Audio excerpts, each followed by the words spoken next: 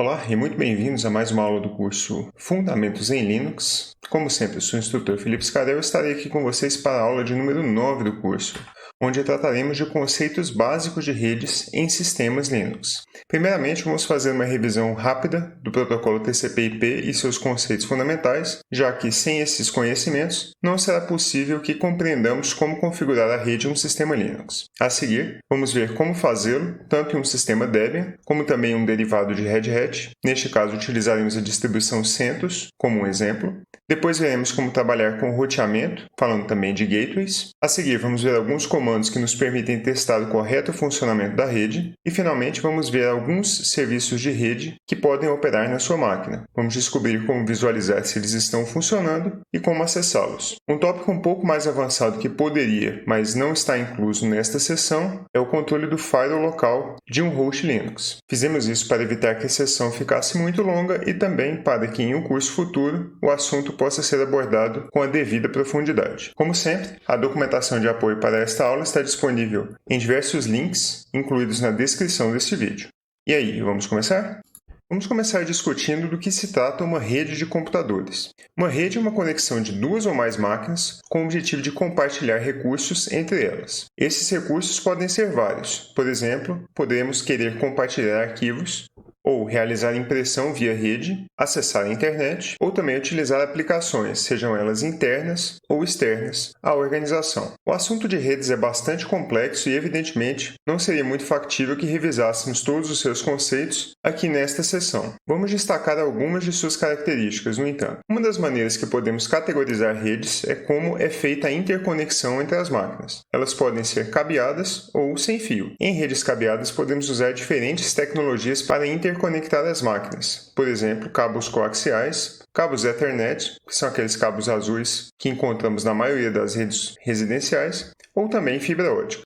Já no caso de rede sem fio, podemos realizar a interconexão com micro-ondas, satélites, redes celulares ou rádio. Como estamos utilizando uma máquina virtual neste curso para aprender mais sobre sistemas Linux, a interface provida a essa máquina virtual é emulada e não existe de fato. O virtualizador, no caso, o VirtualBox, simula uma interface cabeada. Por esse motivo, não trataremos da configuração de rede sem fio em ambientes Linux nesta aula. Neste ponto, é também interessante destacar alguns tipos de equipamentos que podem integrar as redes. Primeiramente, temos as interfaces de rede. Aqui na página, temos uma figura de uma placa de rede, inclusive. Interface de rede tem a responsabilidade de conectar um computador à rede e processar informações de baixo nível. Tipicamente, quando estamos falando de ambientes desktop ou notebooks, nossas interfaces de rede vão aceitar cabos do tipo Ethernet ou rede sem fio 802.11a, B, G ou N. A seguir, temos repetidores e hubs. Repetidores são utilizados em redes de longo alcance para fazer com que o sinal não perca potência. Hubs fazem uma função similar, mas possuem diversas portas e para cada sinal recebido em uma dessas portas, ele é repetido para todas as demais. Diferentemente do hub, switches possibilitam a interconexão entre diversos computadores sem que os dados sejam enviados para todos eles. Em redes modernas, eles são o tipo de equipamento mais comumente utilizado para conectar várias máquinas numa rede residencial ou corporativa. A seguir, temos roteadores. A função do roteador é repassar pacotes entre redes, conectando-as a outras redes e, em última instância, à internet. Quando estamos falando de uma rede residencial, o equipamento recebido pela operadora tipicamente atua como um roteador, mas não apenas, ele também atua como um modem. O modem, que é uma sigla para modulador-demodulador, é um equipamento utilizado para interconectar duas redes de tipos diferentes, por exemplo, um lado com sinal digital e outro com sinal analógico. Se você for um cliente DSL, normalmente o sinal será recebido via linha telefônica e transformado em sinal digital, comunicado através de cabos Ethernet dentro da sua residência. Algumas operadoras, como a NET, utilizam cabo coaxial para transportar o sinal até sua casa e, mais recentemente, várias operadoras têm adotado fibra ótica nesse sentido. De toda forma, a função do modem não se altera independentemente da tecnologia utilizada para recebimento da conexão à internet. O último equipamento de rede que iremos tratar é o firewall. O firewall atua como um gargalo na rede, permitindo controlar quais pacotes devem entrar ou sair da rede interna. Assim, podemos autorizar certos tipos de comunicação e negar outros. Pode-se, por exemplo, falar que todos os usuários de uma rede corporativa têm permissão a acessar a internet nos protocolos HTTP e HTTPS, mas não podem transferir arquivos via FTP. Para que a comunicação entre os membros de uma rede possa ser realizada, eles têm que se falar de alguma forma. Esta linguagem é conhecida como protocolo de rede. Existem vários tipos de protocolos para comunicações de dados. Alguns são projetados para pequenas redes e outros para redes de grande alcance, como é o caso do TCP/IP, que é a pilha de protocolos que trataremos nesta breve revisão. A pilha TCP/IP certamente é o protocolo mais utilizado mundialmente para a interconexão de redes. Para permitir a comunicação entre máquinas, ela implementa o conceito de camadas. Temos 4 camadas dentro do TCP/IP. Na camada inferior temos o Link Layer, ou camada física. Esta é a camada que comunica-se diretamente com o meio de interconexão para transporte dos dados, por exemplo, Ethernet, fibra ótica, rede sem fio, etc. A seguir temos a camada de rede, ou internet. Aqui é onde é feito o endereçamento lógico das máquinas, que trataremos no próximo tópico. Uma camada acima temos a camada de transporte, responsável por implementar a comunicação host a host, ou ponto a ponto, de uma conexão. E finalmente, temos a camada de aplicação, que é responsável por implementar a camada de comunicação processo a processo. É na camada de aplicação onde são tratados protocolos de aplicação como SSH, FTP, SMTP ou HTTP. Para garantir a abstração entre os protocolos utilizados e os serviços, a pilha TCP/IP implementa o conceito de encapsulamento. Esquematicamente, ele fica bem parecido com o que estamos vendo na figura. Então, no caso da aplicação, ela quer transportar alguns dados através da rede. Na camada de transporte, um protocolo, neste exemplo o UDP, uma sigla para User Datagram Protocol, adiciona um cabeçalho a esses dados, que serão utilizados para identificar os parâmetros de conexão. Uma camada abaixo, na camada de rede, um novo cabeçalho é adicionado, desta vez o cabeçalho IP. E finalmente na camada física, temos mais um cabeçalho e desta vez um footer, ou terminador do pacote, adicionado. Finalmente, este conjunto de dados que vemos na parte inferior da figura é o que efetivamente trafega pela rede. Quando este pacote chega do outro lado da conexão, no seu destino, a pilha de protocolos vai removendo cada um dos cabeçalhos, um por vez, até que os dados cheguem na aplicação e a comunicação se efetive. Um dos aspectos mais importantes na configuração de rede, em se falando da pilha TCP/IP, é o endereçamento lógico, ou endereçamento IP, que discutiremos agora. Especificamente, trataremos de IPv4, ou versão 4. Embora já esteja disponível o IPv6, a sua maior complexidade e parcial adoção fazem com que ele não seja um bom candidato ao tratamento neste curso de nível básico. O endereço IP, de forma simples, são os números que identificam um computador na rede. De certa forma, você pode entender o endereço IP como se fosse um número de telefone. Quando você quer ligar para uma pessoa, você olha na sua agenda, ou puxa da memória, o número para o qual você vai ligar. Da mesma forma, quando você quer se comunicar com outro computador na rede, você vai fazê-lo através do seu endereço IP. Especificamente no caso do IPv4, um endereço possui o tamanho de 32 bits. Esses 32 bits são divididos em 4 conjuntos de 8 bits, ou 4 octetos, num formato como mostrado na figura, por exemplo, 172.16.254.1. Este seria o endereço IP. O endereço IP ele é dividido em duas partes. Nós temos a porção de rede e a porção de hosts. A porção de rede é o número de bits dedicados dentro do endereço a especificar a qual rede aquele endereço pertence. E a porção de hosts, os números de bits que identificam qual host daquela rede aquele endereço se refere. Nos primórdios do TCP/IP, para fazer isso, foi inventado um sistema de endereçamento conhecido como Classful, ou com classes. A tabela mostrada tem as 3 classes identificadas por esse método de endereçamento. Na classe A, os 8 primeiros bits de um endereço IP identificariam a rede e os 24 subsequentes, os hosts. Ora, se 8 bits identificam a rede, nós temos então um total de 2 à sétima ou 128 redes possíveis. Rapidamente percebeu-se que esse número seria insuficiente, então temos os endereços classe B. Nesse caso, temos 16 bits dedicados à rede e 16 ao host. Temos, portanto, 16.384 possibilidades para a rede e 65.536 para os hosts. Percebendo que esse número também seria insuficiente, temos agora a classe C, em que 24 bits são dedicados à rede e 8 ao host. Temos então um total de 2.097.152 redes e 256 hosts. À medida que as redes saíram do contexto corporativo e passamos à internet, as redes do tipo Classful rapidamente foram percebidas como insuficientes para lidar com este cenário.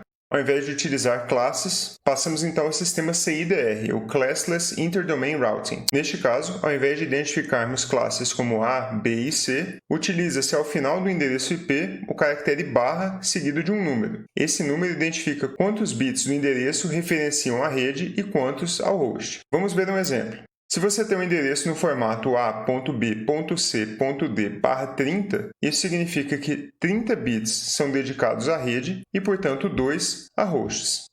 Com 2 bits dedicados a hosts, temos então 2 ao quadrado, 4 possibilidades de hosts nessa rede, sendo que 2 desses endereços são reservados. O primeiro deles indica a rede em si e o último indica o endereço de broadcast. Eu ainda não mencionei o que significa o endereço de broadcast, mas este é um bom momento. O endereço de broadcast é utilizado para transmitir para todos os dispositivos da rede. Ele é identificado quando temos apenas bits 1 na porção de hosts de um endereço IP. Antes de continuar, vamos então fazer uma breve revisão. Vimos que endereços IP são, de certa forma, equivalentes a números telefônicos. Eles são utilizados para que duas máquinas possam se comunicar através da rede. No caso de endereços IPv4, que é o que trataremos neste curso, nós temos 32 bits utilizados para identificar o endereço. Eles são divididos em 4 porções de 8 bits, conhecidas como octetos. Uma porção desses bits é dedicada ao endereçamento de rede e outra porção ao endereço de hosts. Em redes modernas, utiliza-se o formato CIDR, ou Classless Interdomain Routing, para indicar quantos bits fazem parte de cada uma dessas porções. Quando temos apenas bits 0 na porção de host, o endereço produzido indicará o endereçamento da rede em questão. E quando temos apenas bits 1, indicará o endereço de broadcast, utilizado para enviar comunicação a todos os membros da rede. Como você pode imaginar, no mundo atual, com o número de computadores, celulares e outros dispositivos conectados à internet que existem, não é factível que cada organização e cada residência tenham a sua própria rede, e de fato, isto não ocorre. Para solucionar esse problema, existem faixas de endereço privadas, definidas pela RFC 1918, que permitem que faixas de endereço IP sejam utilizadas dentro dessas situações. Como listado no tópico 3, Private Address Space, essas redes são 10.0.0.0/8, 172.16.0.0/12 e 192.168.0.0/16. Sempre que você ver um endereço nessas faixas, ele é dito um endereço de faixa privada e, portanto, não deve ser utilizado na internet ao largo, mas apenas dentro da sua residência ou da sua organização. Eles são ditos como não roteáveis. Mas o que eu quero dizer por roteável? Para isso, é necessário entendermos o que é roteamento. Roteamento é o processo de seleção de caminhos para que um pacote saia da sua origem e chegue até o seu destino. Quando falamos de uma máquina de usuário, como é o caso da nossa VM Fan Linux ou provavelmente do seu computador, que possui apenas uma interface de rede, o processo de decisão de roteamento é muito simples. Se você quer se comunicar com outra máquina dentro da mesma subrede, por exemplo, outro computador, na sua casa, você simplesmente envia o pacote para ele diretamente. Neste caso, estamos acessando uma rede diretamente conectada.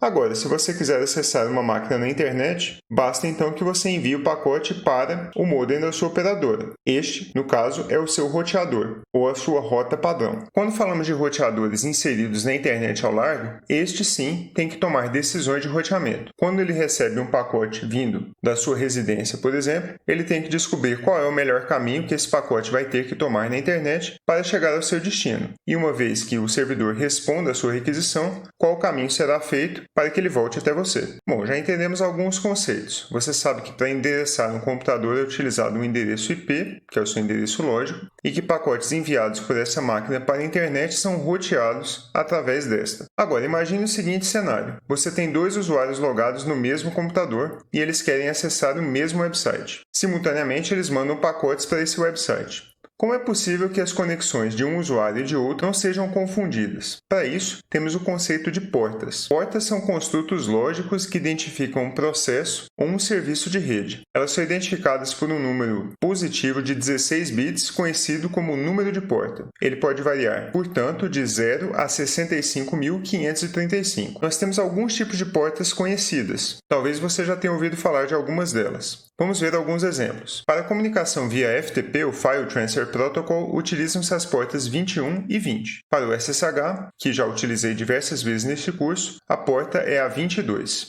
Para transferência de mensagens ou e-mail na internet, utiliza-se a porta 25. Para acessar websites através do protocolo HTTP, a porta é a 80. Caso seja uma comunicação segura, portanto HTTPS, fala-se na porta 443. É claro, existem diversas outras portas. Não seria factível falarmos todas elas aqui, mas basta dizer que as portas são o que permitem que multiplexemos a capacidade de atendimento de um servidor e de acesso de um cliente. Vamos voltar ao nosso cenário anterior. Imagine que temos dois usuários que querem acessar o mesmo site. Como é possível distinguir os pacotes pertencentes a um e outro usuário? Para isso, temos o conceito de conexão. Uma conexão é conhecida como uma five-tuple, ou tupla quíntupla, em que temos 5 dados. Primeiro, o protocolo utilizado, em geral TCP ou UDP, embora existam outros. Depois, temos o endereço IP de origem da conexão, digamos, o endereço IP da sua máquina. Temos a porta de origem da conexão, o endereço IP de destino, no caso, o endereço IP do servidor que você quer acessar. E, finalmente, a porta de destino. Quando estamos falando de um serviço conhecido, como é o caso do protocolo HTTP, a porta de destino será 80. Então, veja, neste exemplo hipotético em que temos dois usuários acessando o mesmo site, 4 elementos da five-tuple, da tupla quíntupla, são idênticos. O protocolo é o mesmo, o endereço IP de origem é o mesmo, o endereço IP de destino é o mesmo e a porta de destino também é a mesma. Ora, o único parâmetro que pode variar neste caso é a porta de origem, e é exatamente isso que acontece. Quando originamos uma conexão e somos o cliente, o que geralmente ocorre é que o sistema operacional seleciona uma porta aleatória para fazer essa conexão. Neste caso, um dos usuários poderia utilizar a porta 35.000 e o outro a porta 40.000. A última peça faltante do nosso quebra-cabeça na revisão básica de conceitos é a resolução de nomes. Este cenário deve ser bastante familiar para você. No seu celular, você deve ter diversos contatos. Agora, se eu perguntar qual dos endereços de telefone desses contatos você sabe de cor? Certamente o seu próprio, talvez o da sua mãe, ou da sua esposa, ou marido, mas não muitos outros, não é mesmo? O que a gente faz é colocar na nossa agenda os nomes dos contatos e os números. Quando queremos ligar para alguém, você digita o nome da pessoa e o seu celular te retorna um número para o qual você deve ligar. O sistema de resolução de nomes, DNS ou Domain Name System, faz exatamente isso para computadores. Quando você quer acessar um website, por exemplo, google.com, você não digita o endereço IP do Google. De fato, você provavelmente nem sabe qual é esse endereço. O que você faz é digitar o nome do website que você quer chegar e, de alguma forma, esse nome é traduzido para o endereço IP e você consegue acessá-lo em seu navegador web. É exatamente esse o objetivo do sistema DNS. Nós entendemos de forma intuitiva como funciona o DNS, mas vamos ver um exemplo. Quando você quer acessar um website, por exemplo, www.google.com, por que esse nome é digitado dessa forma?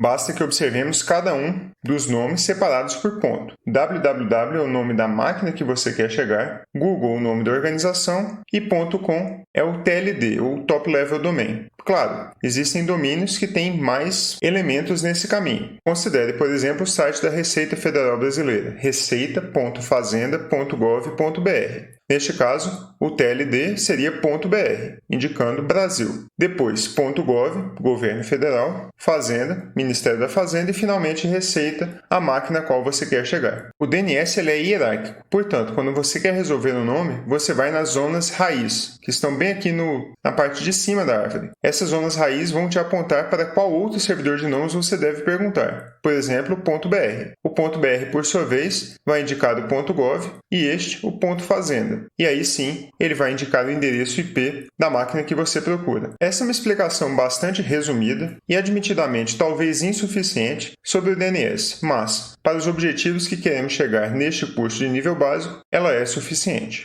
Vimos bastante coisa, hein? Vamos fazer uma breve revisão do que aconteceu nesta parte teórica. Então, primeiramente, vimos o que são redes de computadores, por que elas são criadas e para que são úteis. Vimos que é possível ter diferentes tecnologias de intercomunicação, como cabeada e sem fio, e também alguns dos equipamentos utilizados, como switches, roteadores e firewalls. A seguir, vimos sobre o protocolo TCP/IP, que é a pilha de protocolos mais utilizada atualmente para intercomunicação de computadores. Existem 4 camadas dentro do TCP/IP: a camada física, camada de rede, de transporte e de aplicação. Para abstrair os conceitos entre essas camadas, a pilha TCP/IP utiliza o conceito de encapsulamento, em que o dado a ser transportado é anexado com diferentes cabeçalhos e depois esse pacote é transportado através da internet para o seu destino, onde os cabeçalhos são removidos um a um. Depois, vimos que o endereçamento IP, ou endereçamento lógico, é uma espécie de número de telefone utilizado para conectar diferentes computadores nas redes.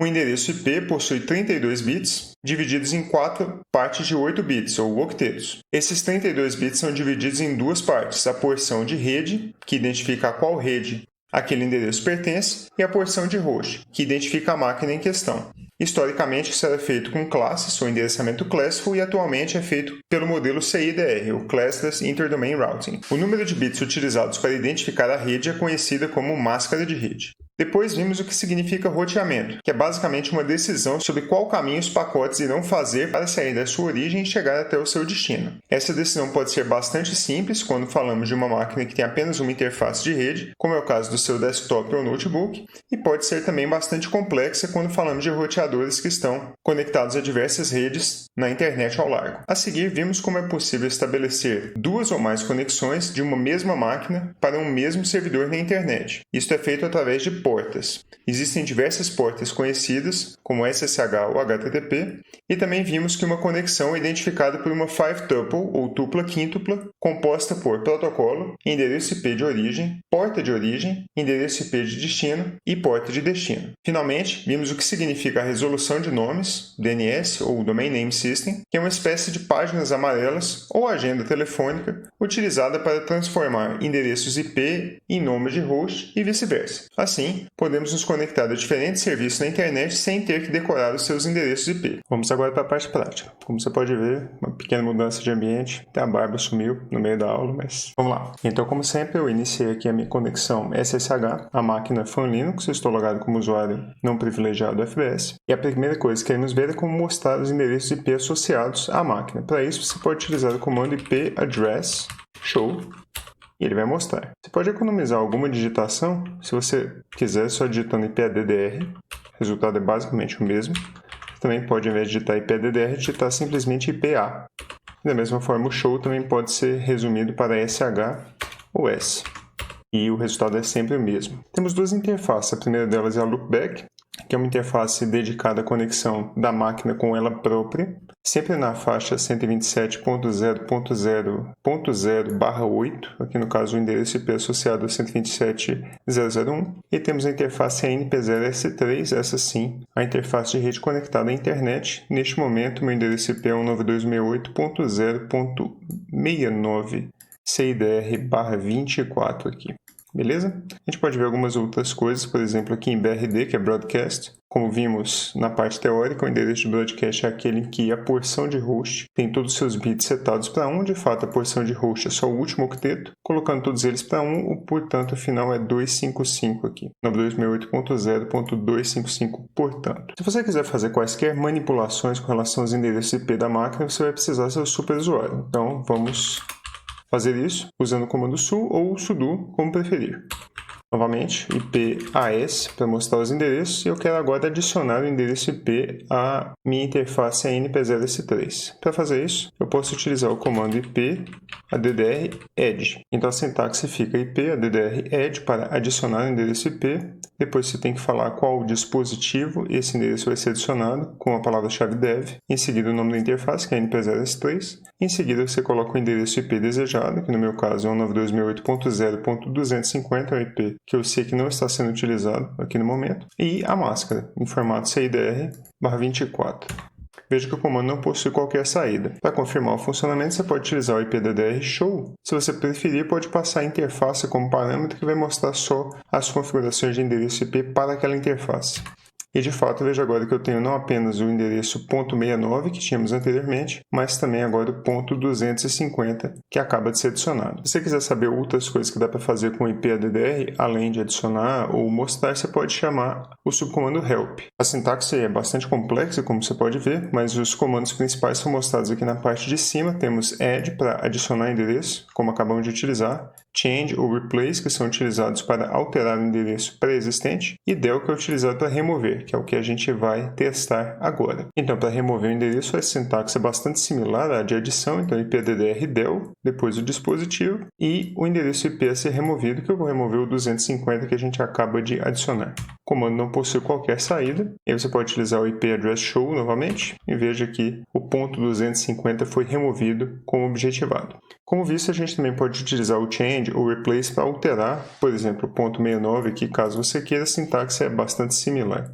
Agora, é claro, todas essas alterações que a gente está fazendo utilizando o comando IP, elas são feitas em memória. Caso o sistema venha a ser reiniciado, essas configurações vão ser perdidas. Então, como é que a gente poderia fazer com que elas se tornassem permanentes? Para isso, em distribuições derivadas do Debian, como é o caso, obviamente, do Debian que estamos utilizando aqui, você vai editar o arquivo /etc network interfaces. Então aqui eu vou utilizar o editor VI, pode utilizar o nano, como preferir, e aí o arquivo /etc network interfaces como mencionado. O Network Interfaces ele possui uma sintaxe bastante particular. Primeiramente eu vou remover as linhas comentadas aqui, já que elas não nos interessam tanto no momento. Perfeito, então agora a gente fica apenas com as linhas não comentadas, portanto as que valem. Inicialmente a gente vai puxar quaisquer configurações adicionais a partir do diretório /etc network interfaces.d, de forma bastante similar ao que a gente viu com o rsyslog ou com o logrotate. Depois temos a palavra-chave auto, e depois a interface LO ou loopback passada como parâmetro. Consultando aqui o manual de referência do Debian no capítulo 5, configuração de rede, a gente tem aqui na seção 5.6.2 a sintaxe básica do /etc network interface. De fato, a palavra-chave auto, que recebe um ou mais nomes de interface como parâmetros, ela vai indicar que essa interface deve ser iniciada durante o boot do sistema, que é exatamente o que a gente deseja. Uma outra palavra-chave que a gente vai ver agora à frente, que eu já vou mencionar o que significa, é a allow hot plug. Ela faz com que a interface ela seja iniciada quando um evento de hot plug seja detectado pelo kernel. Por exemplo, se uma interface for adicionada enquanto o sistema está em operação. Este raramente vai ser o caso em máquinas virtuais, como a Fan Linux em que estamos mexendo. Então, de volta aqui ao arquivo, eu quero que não apenas a interface loopback, mas também a NP0S3 sejam iniciados durante o boot. Então, eu vou alterar a linha 3 para alto, espaço LO, espaço NP0S3. Portanto, essas duas interfaces vão ser iniciadas durante o boot. A seguir, nós temos a linha 5 e fez LO e net loopback. Em alguns casos, e pode ser que esteja assim na sua configuração, vai ter aqui a palavra-chave allow hot plug, e depois a NP0S3. No caso, ela já foi removida da minha configuração. Como eu mencionei, essa palavra-chave allow hot plug ela normalmente não é utilizada em máquinas virtuais, portanto é seguro que removamos essa linha. Em seguida, temos a palavra-chave iface para interface, a NP0S3, e net, indicando IPv4, se fosse IPv6 seria net6, e em seguida DHCP, esse aqui é o Dynamic Host Configuration Protocol, vai fazer com que o endereço IP, máscara de rede e demais configurações sejam recebidas de forma automática pela rede. Então vamos supor por um momento que eu gostaria que a minha interface NP0S3 tivesse aquele endereço 192.68.0.250 que havia sido configurado anteriormente. Para fazer isso, a gente vai alterar aqui, ao invés de DHCP, você coloca a palavra-chave static. Dessa forma, uma linha abaixo, você coloca a palavra-chave address para endereço e depois o endereço que você deseja, 192.68.0.250. Você tem a opção de colocar a máscara de rede em formato CIDR aqui, com /24, ou então você pode abrir uma nova linha e colocar a palavra-chave netmask e colocar em formato longo. Particularmente, eu não recomendo que você faça isso. Então fica assim, concluída a configuração, pode salvar e sair do arquivo. Agora vamos testar se funcionou, então eu vou chamar aqui o comando reboot para reiniciar a máquina e ver se funcionou. Após alguns segundos a máquina virtual está reiniciada, como você pode ver aqui. Eu vou reabrir uma sessão SSH, trocando o endereço IP de .69, que era o antigo, para .250, que foi o novo que eu escolhi. E de fato a gente consegue conectar na máquina. Digitando agora IPAS, veja que de fato o endereço atribuído é o 92.168.0.250, como gostaríamos. Assim a nossa configuração de IP estático funcionou. Vou voltar a me tornar usuário root utilizando o sudo.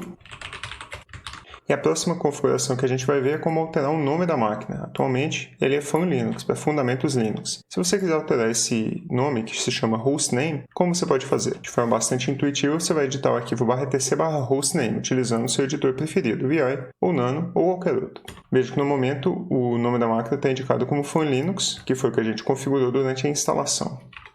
Então eu vou alterar ele para FunLinux 2, para validar essa mudança de configuração. Em seguida, salve e saia do arquivo. E edite também o /etc/hosts. Aqui a gente tem a ocorrência do FunLinux em duas ocasiões, tanto com o FQDN, o Fully Qualified Domain Name, no formato funlinux.intnet, que foi o nome de domínio que a gente selecionou durante a instalação, e também FunLinux ali ao final da segunda linha. Altere as duas instâncias para o novo hostname desejado, que no caso é FunLinux 2. Em seguida, salve e saia do arquivo. Para que essas alterações surtam efeito, você pode agora reiniciar o sistema. Alternativamente, você pode utilizar o comando hostnamectl, passando o subcomando setHostname e o hostname desejado, e a mudança pode ser efetivada ainda com a máquina ligada. Veja que não possui qualquer saída e, a princípio, meu prompt continua com o mesmo hostname. Para validar isso, eu vou simplesmente encerrar minha sessão SSH e reabri-la. Então, eu encerro, refaço o login. E agora veja que o hostname da máquina é reportado no prompt como FunLinux 2. Isso pode também ser validado através do comando hostname, que mostra FunLinux 2 agora, como configurado. Eu volto agora a root e vamos à nossa próxima configuração, que é a resolução de nomes. Como vimos na parte teórica, o DNS, ou Domain Name System, é utilizado para transformar nomes em endereços IP e vice-versa. Na grande maioria dos ambientes Linux, essa configuração vai ser feita através do arquivo /tc/resolve.conf. A sintaxe é bastante simples, é apenas a palavra nameserver, seguida de espaço, e o endereço do servidor DNS que você deseja utilizar. Você pode colocar tantas linhas quantas desejado, embora normalmente a gente não utilize mais que 2 ou 3 servidores DNS. Caso você queira alterar, basta remover o endereço IP pré-configurado e colocar um novo. Aqui no caso eu vou colocar o endereço do servidor DNS do Google, que é o 8.8.8.8. E no servidor secundário eu vou colocar 8.8.4.4. Feito isso, basta salvar e sair do arquivo. Bom, agora é hora de testar. Então eu vou chamar o comando apt com o subcomando update e vou tentar atualizar as minhas listas de pacotes a partir do repositório do Debian e validar o meu acesso à internet. Veja que, no entanto, a gente encontra uma falha temporária ao resolver o nome. De fato, se você tentar acessar a internet, você vai constatar que isso não é possível. Se você se recordar da parte teórica, teve uma coisa que a gente ainda não configurou, que é o roteamento. Para você visualizar as rotas disponíveis à sua máquina, você pode utilizar o comando iproute. O subcomando show vai mostrar essas rotas. Veja que no momento a gente tem apenas uma rota, que é para a rede 192.168.0.0/24, que é a rede a qual estamos diretamente conectados. Para acessar essa rede, a gente vai através da interface npzs3. Agora, se nós quisermos acessar qualquer outra máquina que não encontra-se nessa rede, a princípio, não tem nenhuma rota configurada para tal. Normalmente, a rota utilizada nesses cenários é a rota padrão, ou Default Route. No caso do meu ambiente, o gateway, ou roteador padrão, é o 192.168.0.1. Para configurar isso, a gente pode utilizar o iproute. A sintaxe é simples, iproute, subcomando add, depois default para indicar que é a rota padrão, palavra-chave via e em seguida o endereço IP do gateway ou roteador que você vai acessar, caso você queira atingir uma rede que não a que você está diretamente conectado. No caso, 192.168.0.1. Veja que o comando não possui qualquer saída. Vamos chamar o iproute show novamente. Assim como no caso do IPADDR, você pode resumi-lo para IPRS. E agora sim temos uma rota padrão através do 192.168.0.1 conectado à interface npzs3. Vamos agora chamar o comando apt-update e verificar se o acesso à internet está estabelecido. Veja que agora sim a gente consegue resolver o nome ftp.br.debian.org, atingir o repositório e baixar a lista de pacotes. Assim como no caso do comando ipaddr, as configurações de rota que a gente fez, neste momento, são efêmeras. Se a gente desligar ou reiniciar a máquina, elas vão ser perdidas. Para torná-las permanentes, você edita o /tc network interfaces, assim como feito anteriormente. Na linha de configuração da interface npzs3, a gente vai agora configurar o seu gateway. Simplesmente abre uma nova linha, digite a palavra gateway, e em seguida o endereço IP do gateway ou roteador, que vai ser acessado como rota padrão do sistema. Salve e saia do arquivo. E assim como anteriormente, eu vou reiniciar para validar que as configurações foram tornadas permanentes como objetivado. Após alguns segundos a máquina está iniciada, eu vou restabelecer minha conexão SSH, tornar meu usuário root e novamente eu vou chamar o comando apt-update para verificar se o acesso à internet está configurado. E de fato, tudo funciona a contento. E se a gente executar os comandos ipddr show, nota-se que o endereço .250 está configurado. Com o IP route show, a rota padrão está configurada através do gateway 192.168.0.1. O nome da máquina está configurado como FunLinux 2 e os servidores DNS ou servidores de nome estão configurados como feito anteriormente, nos IPs 8.8.8.8 e 8.8.4.4. Então, fazendo uma breve revisão do que vimos nessa sessão, a gente viu como configurar a rede tanto de forma efêmera, utilizando o comando ipddr, como de forma permanente em distribuições Debian-like, ou seja, como Debian, Ubuntu e Linux Mint, através do arquivo /tc network interfaces. A gente viu como configurar tanto de forma dinâmica, usando o protocolo DHCP, como também de forma estática, atribuindo endereço IP, máscara de rede e gateway de forma manuais. Vimos também que os arquivos /tc/hostname e /tc/hosts podem ser utilizados para configurar o nome da máquina ou seu hostname. Vimos também que o /tc/resolve.conf é o arquivo a ser editado para ajustar os servidores de nome ou servidores DNS da máquina. E vimos que o IP route pode ser utilizado para consultar e também ajustar as rotas do sistema. Vamos agora ver como realizar as configurações de rede em um ambiente derivado de Red Hat, como é o caso da distribuição CentOS, que foi instalada e vimos na seção 5, de gerenciamento de pacotes. De fato, a configuração de rede é um dos aspectos que mais difere entre distribuições Linux, assim como a gestão de pacotes. Justamente por esse motivo é que a gente vai ver como fazer isso num ambiente diferente do Debian. Os comandos IP, tanto ipddr quanto iplink ou iproute, funcionam da mesma forma tanto no Debian quanto em CentOS. Então, se eu utilizar aqui o IP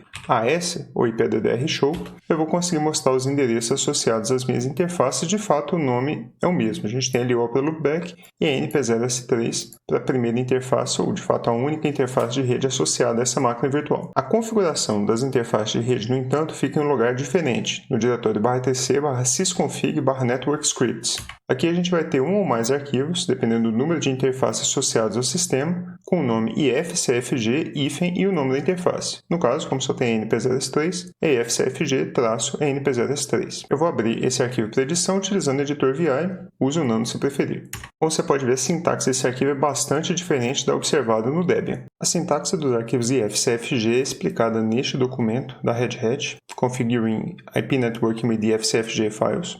De fato, ele é linkado na descrição do vídeo aqui embaixo, e que nesse documento ele vai mostrar para que serve cada uma das configurações ou palavras-chave e quais opções você tem para cada uma dessas configurações. Sem entrar no detalhe de cada uma delas, eu vou mencionar as principais. Então, primeiramente, onBoot vai definir se a interface deve ser ou não levantada durante a inicialização do sistema, de forma bastante similar à palavra-chave auto que a gente viu no Debian. Device, evidentemente, é o nome da interface a ser configurado, no caso NP0S3. Idem para o parâmetro name. O parâmetro bootproto vai definir como que a interface vai ser configurada durante o boot, aqui no caso do DHCP, então o endereço vai ser atribuído automaticamente. Você poderia também colocar a palavra-chave none, e como indicado aqui nesse exemplo para uma configuração IPv4, ele coloca aqui bootproto como sendo none, onBoot para yes, prefix a máscara formato CIDR e depois a palavra-chave IPDDR e o endereço IP desejado. No entanto, em sistemas Red Hat após a versão 8, como é o caso do CentOS que eu estou mexendo aqui, e também opcionalmente em sistemas CentOS 7 e versões anteriores, o método recomendado de configuração não é a edição direta de arquivos, mas sim a utilização do Network Manager. Para isso você tem algumas opções. Você pode utilizar o utilitário de linha de comando do Network Manager, que é o nmcli, ou de forma bem mais fácil você pode utilizar o utilitário curses, que é o nmtui. A gente vai executar ele agora sem parâmetros. Ele mostra essa tela azul aqui, bem parecida com aqueles sistemas antigos, e te dá algumas opções. A gente pode, por exemplo, editar uma conexão selecionando Edit a Connection. Só uma conexão é mostrada, que a interface é NP0S3, sem muita surpresa. E aí eu vou para Edit. E aqui a gente tem alguns dados como o nome do dispositivo e o nome do perfil. Abrindo a aba Ethernet eu posso editar o endereço físico da máquina, o MAC address, se desejado. Mas o que eu estou mais interessado é de fato na configuração IPv4. Assim como no caso do Debian, eu quero alterar a configuração de automático ou DHCP para manual. Então eu venho aqui na palavra-chave automatic e mudo para manual. Em seguida eu vou em show e agora eu posso adicionar quaisquer configurações que eu deseje. Em addresses eu vou colocar o endereço IP que eu gostaria, que vai ser 192.168.0.251/24, então a gente coloca a máscara em formato CIDR. Você pode colocar mais endereços na mesma interface, se você desejar, são endereços virtuais. Em Gateway você vai colocar o roteador, que a gente sabe que é 192.168.0.1. Em DNS Servers a gente pode colocar os servidores DNS, assim como no caso do Debian eu vou colocar os servidores do Google, que é o 8.8.8.8 e o 8.8.4.4. Você também pode colocar rotas customizadas se desejado, mas no caso a rota padrão já vai utilizar o Gateway definido ali em cima. Feito isso, a gente pode ir ao final da página e clicar em OK. Depois em Back. E aqui também é possível setar o hostname. Assim como no caso do Debian, basta você editar o arquivo /etc/hostname se você preferir. Ou então, a gente pode vir aqui, e aqui eu tenho FunLinux CentOS, eu vou colocar FunLinux CentOS 2 de forma similar ou análoga ao que eu fiz no ambiente Debian. Depois clique em OK. E depois em OK novamente. Para verificar a configuração de rede, eu digito IP address show, IPAS, e vejo que meu endereço IP ainda é o antigo, o 192.168.0.71 no caso. Para reconfigurar a interface de rede, você pode reiniciar então o serviço do Network Manager utilizando o systemctl restart. Como no caso eu vou alterar o endereço IP da máquina e pode ser que com isso a minha conexão SSH caia, eu vou optar por reiniciar a máquina com o comando reboot. E depois eu vou verificar se as configurações realizadas através do NMTUI foram efetivamente aplicadas. Após alguns segundos a máquina virtual está de volta, como você pode ver aqui. Eu vou tentar conectar via SSH no novo endereço IP, que é o ponto 251. E de fato, veja que a conexão já tem sucesso, e inclusive o hostname da máquina já é mostrado como FunLinux CentOS 2, que é efetivamente o que a gente mudou via NMTUI. Se eu consultar o endereço IP utilizando IPAS, veja que ele é 192.168.0.251. E consultando as rotas com IP Route Show, eu vejo que a rota padrão de fato vai pelo Gateway 192.168.0.1. No arquivo /etc/resolve.conf, veja que os servidores de nomes são o 8.8.8.8 e o 8.8.4.4, e esse arquivo é populado automaticamente através do Network Manager, como descrito por esse comentário aqui, Generated by Network Manager. Então é isso. Fazendo uma breve revisão do que vimos nessa sessão, a gente aprendeu como configurar a rede em um sistema derivado de Red Hat, como é o caso do CentOS 8 que estamos utilizando aqui.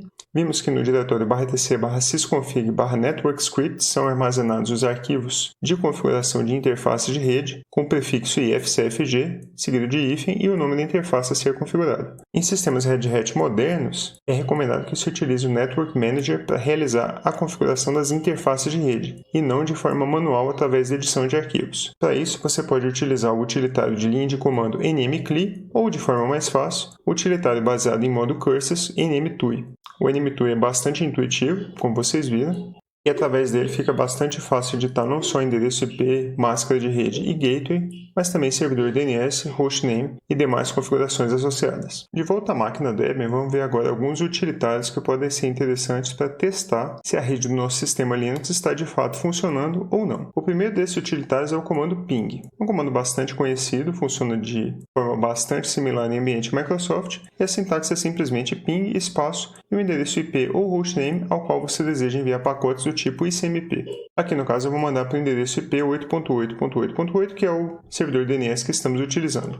Caso esteja tudo funcionando, veja que são enviados 64 bytes e eles são recebidos, aqui no caso, com um atraso de mais ou menos 30 milissegundos, ou por volta, como a gente pode ver aqui. Note que, diferentemente do comando ping em ambiente Microsoft, o ping no Linux não tem limite, ele continua enviando pacotes até que ele seja parado com o Ctrl+C. Caso você queira manipular o número de pacotes ICMP enviados através do comando ping, você pode passar a flag "-c" e depois o número. Aqui no caso eu vou mandar 4 pacotes.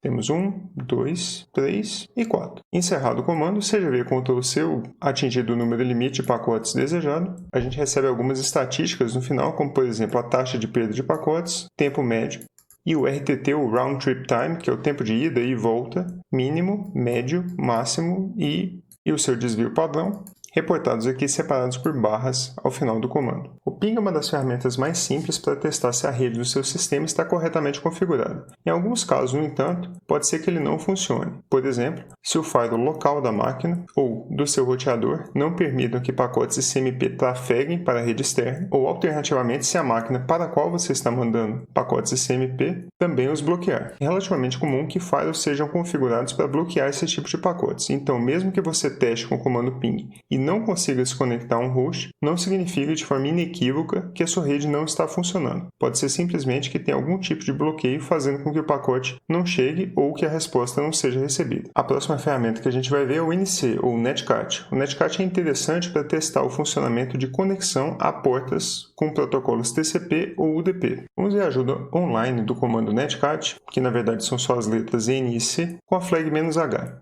Como você pode ver, o comando tem várias opções. A gente está interessado em algumas poucas. "-u", que você pode especificar o modo UDP. Por padrão, o Netcat utiliza o TCP. "-w", que vai mostrar o timeout do comando, ou seja, o número de segundos que ele deve esperar e, após não obter sucesso, encerrar. E, finalmente, o "-z". O "-z" é o modo Zero I/O, em que basicamente ele não abre uma conexão. Ele simplesmente verifica se a porta é atingível e, mesmo que ela esteja atingível, o programa encerra imediatamente. Além dessas opções, a gente tem que também olhar a sintaxe base do comando, que é NC, depois as opções, que podem ou não ser especificadas, em seguida o hostname ou o endereço IP ao qual desejamos nos conectar, e em seguida a porta de conexão. Vamos começar com um teste simples, então. Eu vou utilizar o Netcat, conectando minha máquina www.debian.org, que é o portal do Debian, na porta 80.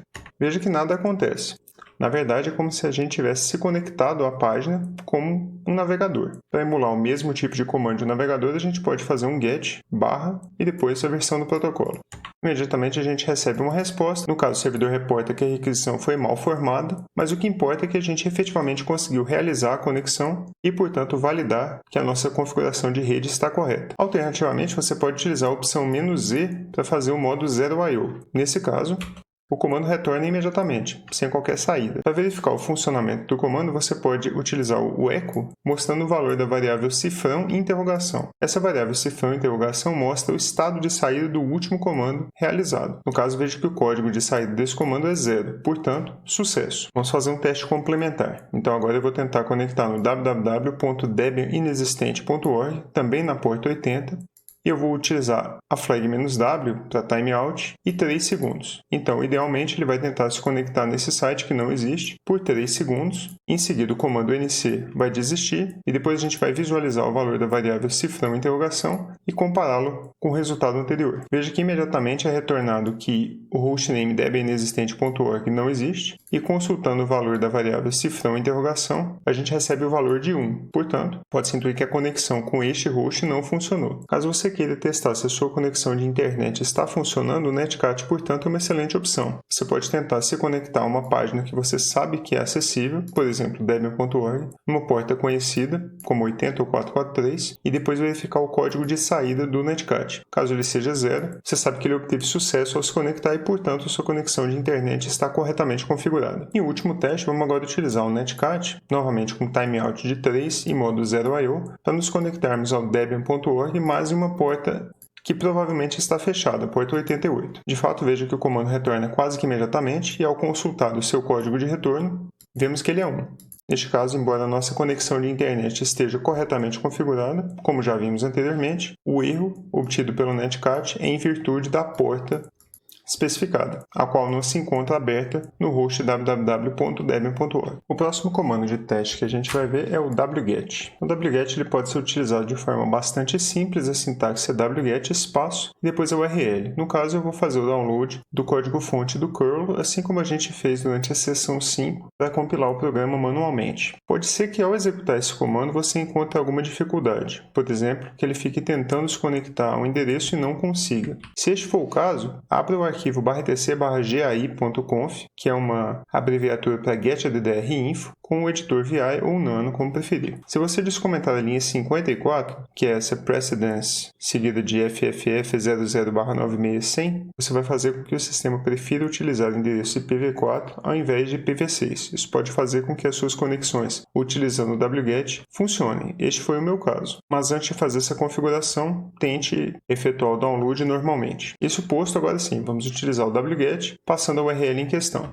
Veja que o download é feito normalmente ao listar o conteúdo da pasta. O curl em formato .tar.gz está disponível. wget é um comando bastante interessante, não só para testar o funcionamento da rede, mas também para fazer download de arquivos diretamente na console do Linux, evitando assim que tenhamos que abrir o navegador ou fazer qualquer outro procedimento mais demorado. O último comando de teste que vamos ver é o traceroute. De forma simples, você pode invocá-lo com traceroute espaço e o endereço IP ou hostname o qual você deseja testar. De fato, o traceroute funciona de forma bastante similar ao traceRT em ambiente Windows. O que o traceroute vai fazer é verificar qual que é a rota percorrida do seu computador até o hostname ou IP solicitados. Então veja, no primeiro hop, ou primeiro salto, eu vou da minha máquina até a 192.168.0.1, que é o meu roteador. Em seguida, o salto 2 não é mostrado. Alguns roteadores na internet são configurados para não responder a requisições enviadas pelo traceroute. Existem algumas formas de a gente contornar isso, mas por agora basta dizer que se você vê esses 3 asteriscos, significa que a sua requisição foi bloqueada. Não obstante, a gente vai para o terceiro salto, em que eu passo aqui pelo 189.6.0.149, depois no salto 4, 5, 6, 7, 8, 9, 10 e 11, e finalmente no 11º salto, eu chego até o C3SL-UFPR.br, na Universidade Federal do Paraná, que é um dos espelhos do Debian no Brasil. O traceroute pode ser um comando bastante interessante para você determinar se tem algum problema no roteamento partindo da sua máquina até o seu alvo desejado. Pode ser que você consiga se conectar a diversos hosts na internet, mas um específico que você deseja não esteja funcionando. Neste caso, o traceroute é uma ferramenta interessante para determinar se algum problema de roteamento está ocorrendo neste caminho. Fazendo uma breve revisão do que vimos nessa sessão, observamos alguns comandos que podem ser utilizados para testar se a rede está funcional em um ambiente Linux. Primeiramente, vimos o ping, que é utilizado para enviar pacotes ICMP e é uma das ferramentas mais fáceis e mais rapidamente disponíveis para verificação. Em alguns casos, os pacotes ICMP podem ser bloqueados tanto na sua rede quanto na rede de destino. Nesse caso, o comando NC ou netcat pode ser interessante, já que ele permite que testemos a conexão utilizando os protocolos TCP ou UDP em diferentes portas. De forma mais ampla, o wget pode ser utilizado para testar a conexão e fazer o download de arquivos via HTTP, HTTPS ou FTP diretamente a partir da linha de comando. E finalmente, vimos que o traceroute pode ser utilizado para verificar a rota percorrida pelos pacotes partindo da sua máquina até um endereço de destino, fazendo assim com que seja possível que determinemos se algum problema de roteamento está acontecendo neste caminho. O último tópico que vamos cobrir nessa sessão é como descobrir quais portas conhecidas são atribuídas a serviços e também se temos serviços operantes dentro da nossa máquina Linux. O primeiro arquivo interessante para ver nesse caso é o /tc/services. Você pode abri-lo com um editor qualquer ou então também utilizando o paginador less ou more. O arquivo /tc/services vai listar as portas conhecidas ou oficialmente assinaladas para diferentes serviços. Descendo o arquivo você vai ver algumas portas que você já deve ter ouvido falar. Por exemplo, a porta 21 associada a FTP, 22 TCP associada a SSH, 53 TCP e UDP associadas ao domain, que são consultas DNS, 80 TCP, que é o protocolo HTTP, 110 TCP para o serviço POP, 143 TCP para IMAP e assim sucessivamente. De fato, indo até o final do arquivo, a gente pode ver que tem cerca de 576 linhas de serviços aqui incluídos, excetuando-se, é claro, alguns comentários no início do arquivo. Portanto, caso você tenha dúvida se algum serviço que está escutando em uma determinada porta é ou não conhecido, o primeiro lugar que você pode consultar é o arquivo /tc/services. Outra ferramenta interessante é o comando ss. Antigamente, para fazer a função do ss, utilizávamos o netstat. Em distribuições Linux modernas, o netstat está indisponível, mas pode ser instalado através do gerenciador de pacotes da distribuição. Normalmente isso não é necessário, o ss supre perfeitamente as funções realizadas pelo netstat. Vamos consultar a ajuda online do comando ss, utilizando a flag "-help" e ver algumas das opções mais interessantes.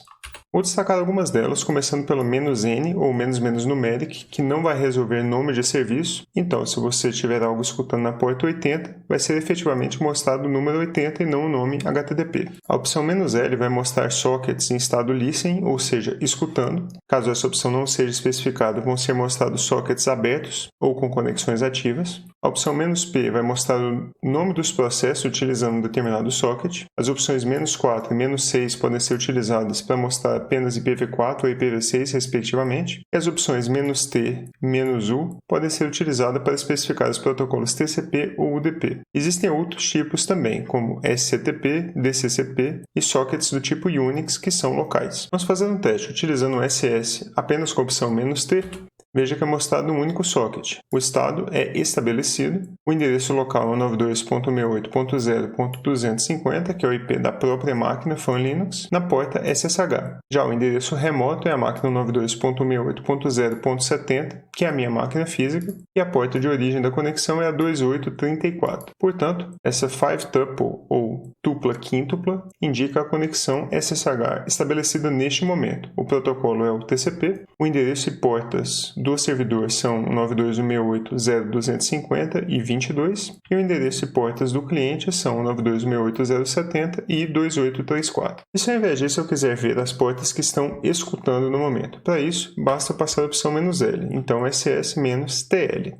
Veja que temos algumas portas abertas. Sem muita surpresa, o SSH está escutando, mas também temos o HTTP escutando. Agora, qual será o processo que está escutando nessa porta? Para isso, eu posso passar agora a opção "-p". Veja que quem está escutando na porta HTTP, ou 80, é o processo Nginx com PID 569. De fato, como você se recorda, instalamos o Nginx em sessões anteriores e, portanto, faz total sentido que ele esteja operante na máquina. Veja que como o endereço local escutado pelo Nginx é 0.0.0.0, isso significa que ele escuta conexões não apenas de localhost, mas também do mundo externo. De fato, se tentarmos nos conectar ao servidor Fan Linux na porta 80, conseguiremos acessar o Nginx. Abrindo o navegador e acessando o IP 192.168.0.250 na porta 80, veja que, de fato, a página inicial do Nginx é mostrada, corroborando o que vimos através do SS. O SS pode não apenas mostrar processos escutando no protocolo TCP, mas também o UDP. Para isso, basta mudar para "-u", depois "-lp", como visto anteriormente. Neste momento, não há nenhum processo escutando em quaisquer portas com esse protocolo. Fazendo uma breve revisão desta seção, vimos que é possível consultar o arquivo /etc/services para ver portas e protocolos conhecidos, auxiliando nossa tarefa de investigação. Adicionalmente, o comando SS, outrora netstat, pode ser utilizado para mostrar processos que estão escutando em diferentes portas e protocolos dentro do sistema. E por agora é só. Como sempre, eu gostaria de agradecer a sua atenção e relembrá-lo que muito em breve estaremos de volta para a última aula deste curso, em que trataremos de sistemas gráficos e ambientes desktop no Linux. Um grande abraço e até lá!